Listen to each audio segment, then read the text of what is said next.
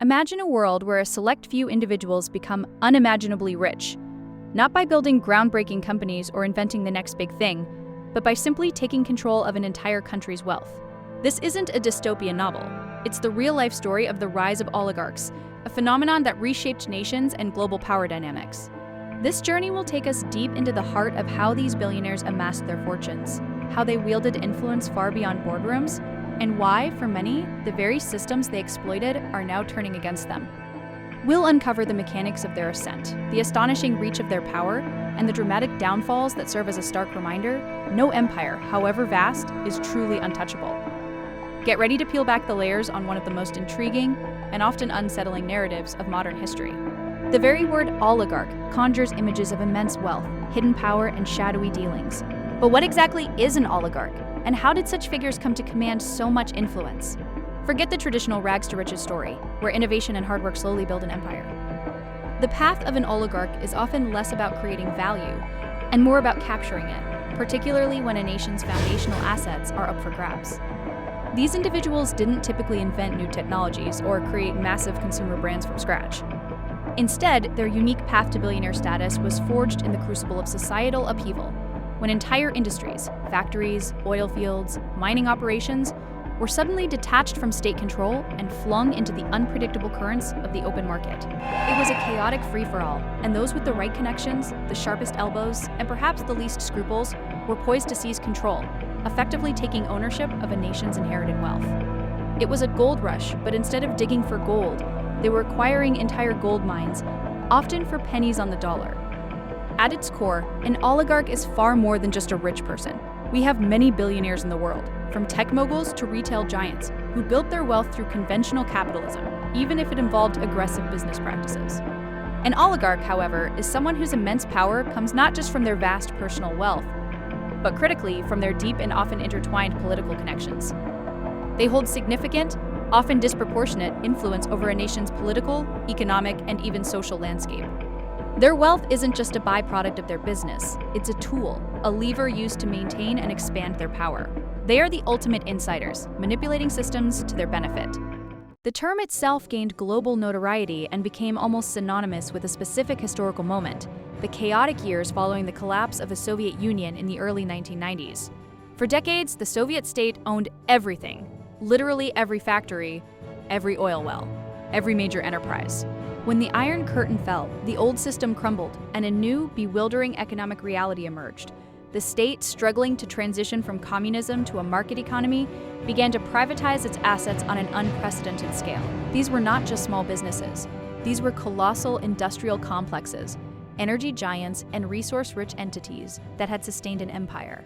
The opportunity was staggering, and a few individuals, strategically positioned and ruthlessly ambitious, saw it and acted with astonishing speed. They understood that in the vacuum of power and the frenzy of asset sales, they could acquire control of these massive enterprises, not through market competition, but through backroom deals, political patronage, and often sheer opportunism. The 1990s in Russia were a period of dizzying change, marked by profound economic turmoil and social upheaval. The centrally planned economy of the Soviet Union had collapsed, leaving a vast, broken infrastructure in its wake. Hyperinflation ravaged savings, factories stood idle, and ordinary citizens struggled to adapt to a new, uncertain reality. It was against this backdrop of chaos that the process of privatization unfolded. Inject dynamism into the stagnant economy began selling off state-owned enterprises. The idea was to create a market economy, but the execution was, to put it mildly, flawed. Instead of a transparent, competitive process, many of these immense state assets, factories, lucrative oil companies, vast natural resource reserves, and strategic ports were sold off, often for shockingly low prices, to a select few with insider knowledge and political clout. Imagine selling off a country's crown jewels for pocket change. That's effectively what happened. Vouchers distributed to citizens, intended to give them a stake in the new economy, were often bought up for pennies by well-connected individuals, who then used them to acquire controlling stakes in massive enterprises. This allowed a small, audacious group of men to become billionaires almost literally overnight. They didn't build these industries. They acquired them, often through non-transparent tenders, and sometimes outright corruption. Names like Roman Abramovich and Boris Berezovsky became household names, not just in Russia but globally, embodying this new, super-rich elite. Abramovich, who started with small-scale trading, rapidly expanded into oil and aluminum, eventually acquiring assets that made him one of the world's richest men. Berezovsky, a mathematician by training, leveraged early connections and astute maneuvering to gain control of media, aviation, and oil interests. These figures weren't just business owners, they were symbols of a new kind of power. Their yachts became global landmarks, their lavish lifestyles legendary, but their true power lay deeper than just personal wealth. These oligarchs quickly understood that controlling businesses wasn't enough. In a nascent democracy with weak institutions, political influence was the ultimate safeguard for their newly acquired empires. They didn't just invest in companies, they invested in politicians, funded campaigns, and established media empires to shape public opinion. Some even played kingmakers, reportedly helping to decide who would become president, thereby securing favorable policies, legal protections, and continued opportunities for their burgeoning fortunes. The lines between business, media, and state became blurred, forming a tangled web where economic power directly translated into political leverage, fundamentally altering the trajectory of the nation. These oligarchs weren't merely rich, they were astonishingly powerful, arguably holding more sway than any private citizens in modern history. Their influence wasn't confined to economic matters, it permeated every aspect of national life. They owned vast swaths of the national economy, from energy production and heavy industry to banking and telecommunications. This level of economic control gave them an unparalleled platform to shape national policy.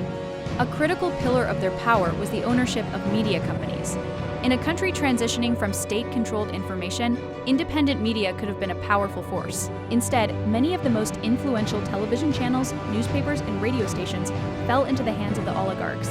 This allowed them to control narratives, promote their allies, attack their rivals, and effectively shape public opinion. News became less about objective reporting and more about serving the interests of the powerful few. Beyond media, they actively funded political campaigns, often backing multiple candidates across the political spectrum to ensure they had allies regardless of who won. They deployed armies of lobbyists, lawyers, and public relations experts to influence legislation and regulatory decisions. Through these intricate networks, they didn't just react to national decisions, they actively shaped them, ensuring that laws, policies, and even judicial outcomes favored their commercial and political interests. Want a tariff removed? A rival company blocked? A new law passed that benefits your industry? An oligarch's connections could often make it happen. In many ways, these individuals became more powerful than the governments themselves, especially during periods of political instability. They could dictate terms, bypass regulations, and even challenge state authority. Their wealth provided a shield, their connections an impenetrable fortress. They operated in a gray zone where the rules of business and politics were fluid, and their personal empires often overshadowed the public institutions designed to govern the country.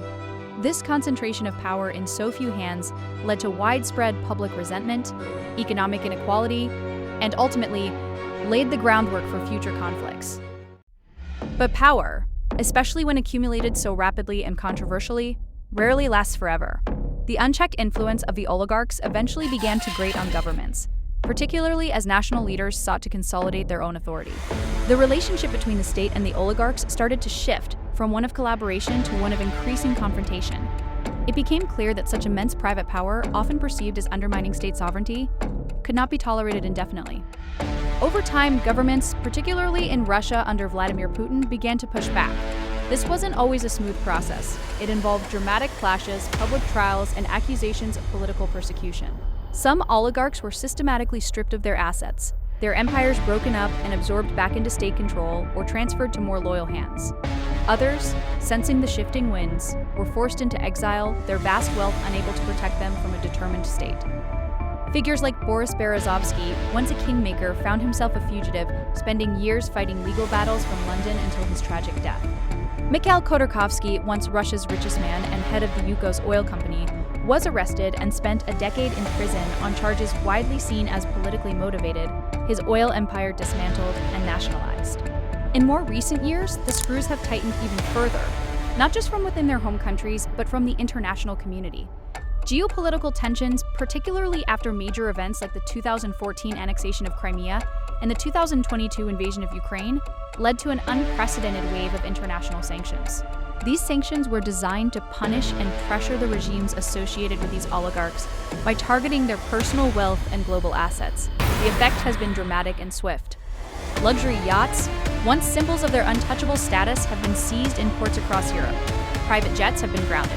Lavish villas and sprawling estates have been frozen, their owners barred from selling or even accessing them. Bank accounts, holding billions in assets across global financial hubs, have been frozen, effectively cutting off their access to the very wealth that defined them. Empires that took decades to build, often through ruthless exploitation and intricate global maneuvering, began collapsing almost overnight under the weight of these concerted international actions. This unprecedented global pushback highlighted a stark reality. Even the wealthiest and most connected individuals are ultimately beholden to the laws and political will of the nations they operate within, and sometimes those nations decide enough is enough. Today, the story of oligarchs is far from over. It continues to unfold in real time, with new chapters being written as international sanctions persist, legal battles rage, and geopolitical alignments shift. The impact of their rise and fall stretches far beyond the individuals themselves, leaving an indelible mark on global economics, political transparency, and the very concept of national sovereignty.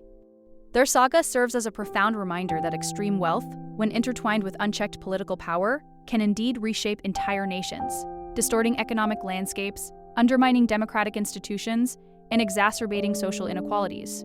It demonstrates how easily a country's resources can be siphoned off, and how quickly public assets can become private fortunes when regulatory frameworks are weak or corrupt. But the story also offers another crucial lesson, that no empire, however vast, however entrenched, is truly untouchable.